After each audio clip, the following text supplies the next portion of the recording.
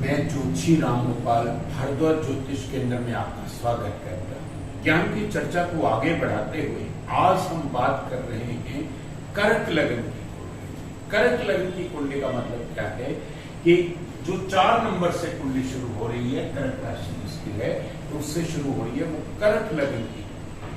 हम आज क्या स्टडी करेंगे, इसमें कारक ग्रह कौन से हैं, अकारक ग्रह कौन से हैं, मारक ग्रह कौन से हैं।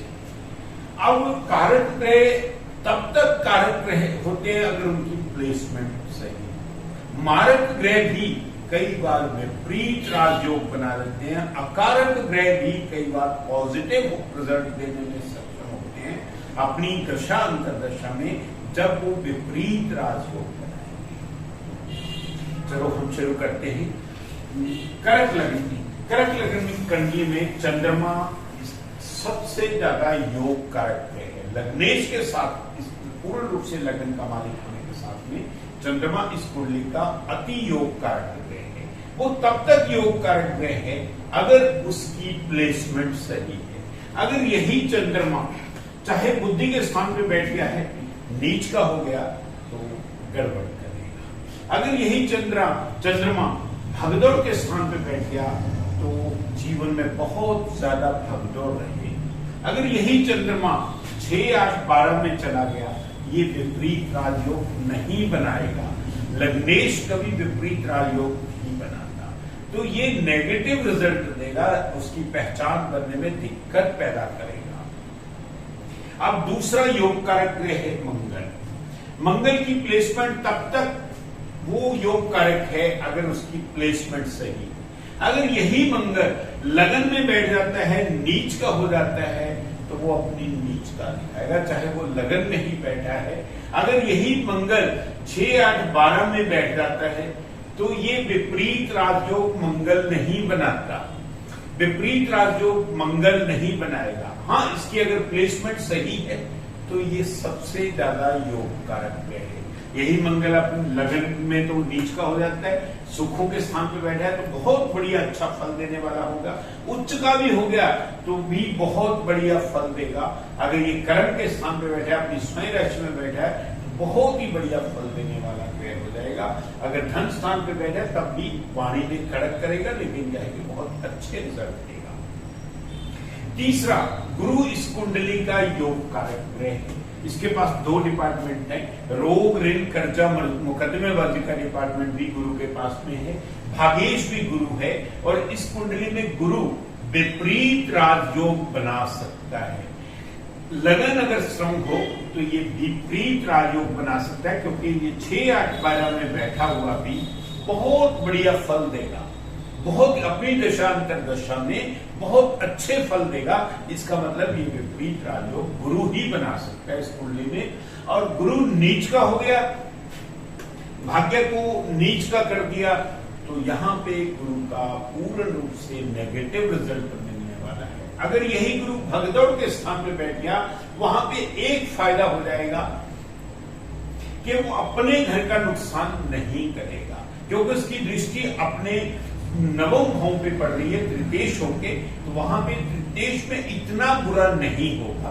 भागदौड़ तो रहेगी किस्मत में, लेकिन वो बुरे रिजल्ट देने वाला नहीं होगा, क्योंकि वो अपने घर को 7th दृष्टि से देखने के कारण अपने घर का नुकसान नहीं करेगा। अब रही बात शुक्र।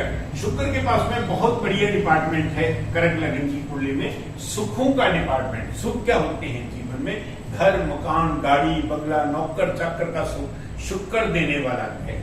और शुक्र के पास में दूसरा डिपार्टमेंट है आमदन का डिपार्टमेंट, बड़े भाई का डिपार्टमेंट। शुक्र इस कुंडली में समग्रह माना गया है, क्योंकि उसकी शुक्र की गुरु से नहीं बनती, शुक्र की चंद्रमा से नहीं बनती, लेकिन शुक्र इस कुंडली का योग कारक ग्रह भी नहीं है, वो सम ग्रह हो गया, उसको सम की पदवी दी गई। अगर उसकी प्लेसमेंट सही है तो वो अच्छे रिजल्ट देने वाला ग्रह हो जाएगा। शुक्र कभी विपरीत राजयोग नहीं बनाएगा इस कुंडली में। बाकी प्लेसमेंट पे निर्भर करता है। अगर यही शुक्र भगदौड़ के स्थान पे बैठ गया या वहां पे नीच का हो जाता है, तृतीयेश घर में नीच का हो गया, तो जीवन में सुखों की हमेशा ही कमी रहेगी।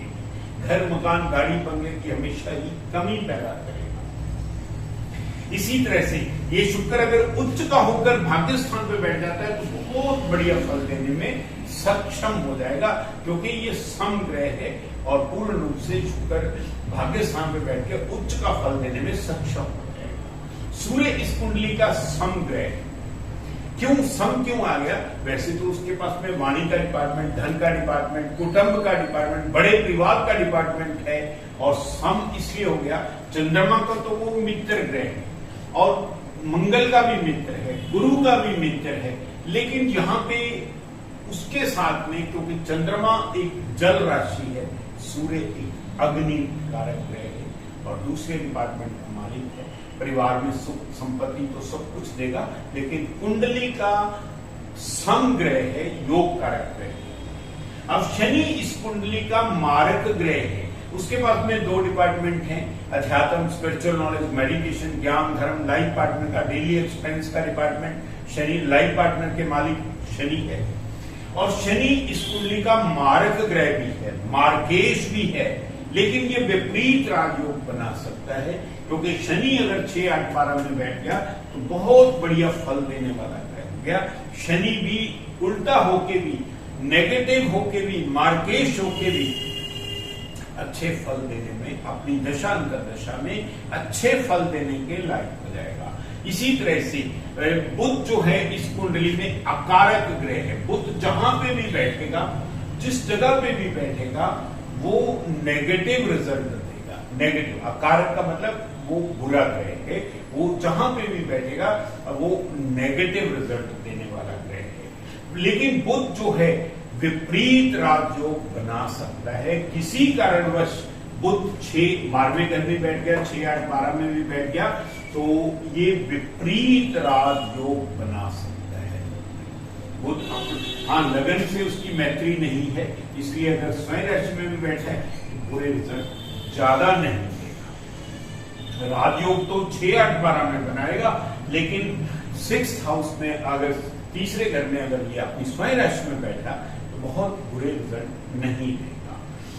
अब रही बात इस कुंडली में पूर्ण रूप से आप लोगों को जानने की बात क्या है कि कर्क लगन की कुंडली में चंद्रमा, मंगल और गुरु अति योग कारक रहे हैं। तब तक वो योग कारक है जब तक उनकी प्लेसमेंट सही। इसी तरह से कुंडली देखने के लिए धन्यवाद। जिन लोगों ने अभी तक मेरा चैनल सब्सक्राइब नहीं किया, they should must subscribe my channel.